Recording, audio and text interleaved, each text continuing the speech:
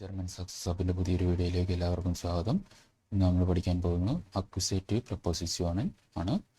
അക്വിസേറ്റീവ് preposition ഏതൊക്കെയാണെന്ന് നമുക്ക് നോക്കാം. ഗോഡ് ഫുഡ് എന്ന് പറഞ്ഞൊരു ഷോർട്ട് ഫോം കൊടുത്തിട്ടുണ്ട്. ഇത് റെപ്രസെൻറ്റ് ചെയ്യുന്ന 6 അക്വിസേറ്റീവ് പ്രപ്പോസിഷൻസ് ആണുള്ളത്. ഓരോ ലെറ്റേഴ്സും ഓരോ പ്രപ്പോസിഷനെ റെപ്രസെൻറ്റ് ചെയ്യുന്നു. അപ്പോൾ നമുക്ക് ഓർത്തിരിക്കാൻ എളുപ്പത്തിനാണ് ഗോഡ് ഫുഡ് എന്ന് നമ്മൾ പഠിക്കുന്നത്. അപ്പോൾ ഇത് ഓർത്ത് വെക്കുക. ഇത് ഓർത്തിരുന്നു കഴിഞ്ഞാൽ നമുക്ക് പെട്ടെന്ന് മെമ്മറൈസ് ചെയ്യാനായിട്ട് സാധിക്കും. G represents gegen, meaning against, around. O represents one, meaning without. D represents douche, meaning through. F represents fear, meaning for. U represents meaning at, around. B represents this, meaning until. 6 അക്വിസേറ്റീവ് prepositions ആണുള്ളത്. അപ്പോൾ നമുക്ക് ഓരോന്നിൻ്റെ examples നോക്കാം. 1 by 1 ആയിട്ട് നമുക്ക് നോക്കാം. First one ഗഗൻ, meaning against, around. അപ്പോൾ ഇഷ് sits against then man, I am sitting against the man. ഇവിടെ ഞാൻ sitting against the man. Sits എന്ന് പറയുന്നത് ഒരു നമ്മൾ നേരത്തെ അക്വിസേറ്റീവ് കേസ് പഠിച്ചപ്പോൾ പറഞ്ഞിരുന്നു, മൂവ്മെൻ്റ് ഉള്ള ഒരു കേസാണ്. അപ്പോൾ ഇവിടെ ഗഗൻ എന്ന അക്വിസേറ്റീവ് പ്രപ്പോസിഷൻ ഉപയോഗിച്ചിരിക്കുന്നു. അപ്പോൾ ശരിക്കും ദർമാനാണ്, മാൻ്റെ ആർട്ടിക്കിൾ വരുന്നത് ദർമാനാണ്. അക്വിസേറ്റീവിലേക്ക് വന്നപ്പോൾ അത് ദൻമാനായിട്ട് ചേഞ്ച് ചെയ്തിരിക്കുന്നു. നെക്സ്റ്റ് ഓനെ ഡ്രിങ്ക് കഫേ, ഓനെ സൂക്കർ, he drinks coffee without sugar. ഇവിടെ നമ്മൾ ഉപയോഗിച്ചിരിക്കുന്ന പ്രപ്പോസിഷൻ ഓനെയാണ്. അപ്പോൾ ഇവിടെ എന്തെങ്കിലും ആർട്ടിക്കിൾ വരുന്നുണ്ടെങ്കിൽ നമ്മൾ അക്വിസേറ്റീവിലേക്ക് ചേഞ്ച് ചെയ്ത് കൊടുക്കണം.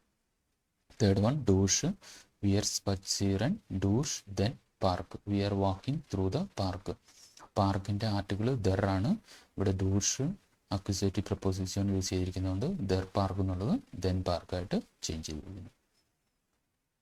ഫോർത്ത് വൺ ഫ്യുവർ, സി കൗഫൻ ദസ് ഗഷൻ ഫ്യുവർ ഇയർ ആൻഡ് ഫാറ്റർ, they buy the gift for their father.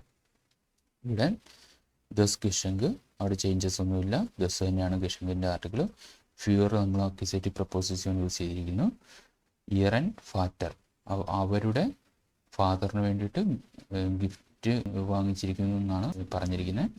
അപ്പോൾ ഇയർ ആൻഡ് ഫാറ്റർ വരാൻ കാരണം ഫാറ്ററിൻ്റെ ആർട്ടിക്കിൾ ദർ ആണ് അല്ലേ. നമ്മൾ അക്വിസേറ്റീവ് കേസിൽ അക്വിസേറ്റീവ് പൊസസീവ് പ്രൊനോമൻ പഠിച്ചപ്പോൾ നമ്മൾ പഠിച്ചിരുന്നു ദർ വരുന്നിടത്ത് ഇയറൻ ആണ്, സി വരുമ്പോൾ ഇയറൻ ആണ് വരുന്നത്. അപ്പോൾ അങ്ങനെയാണ് ഇയറൻ എന്നുള്ള പൊസസീവ് പ്രൊനോമൻ നമ്മൾ യൂസ് ചെയ്തിരിക്കുന്നത്. നെക്സ്റ്റ് വൺ ദർ സു കോംഡ് 9 Uhr, the train comes at 9 o'clock. ഇവിടെ നമ്മൾ ഉപയോഗിച്ചിരിക്കുന്ന അക്വിസേറ്റീവ് പ്രപ്പോസിഷൻ ആണ് 9 Uhr.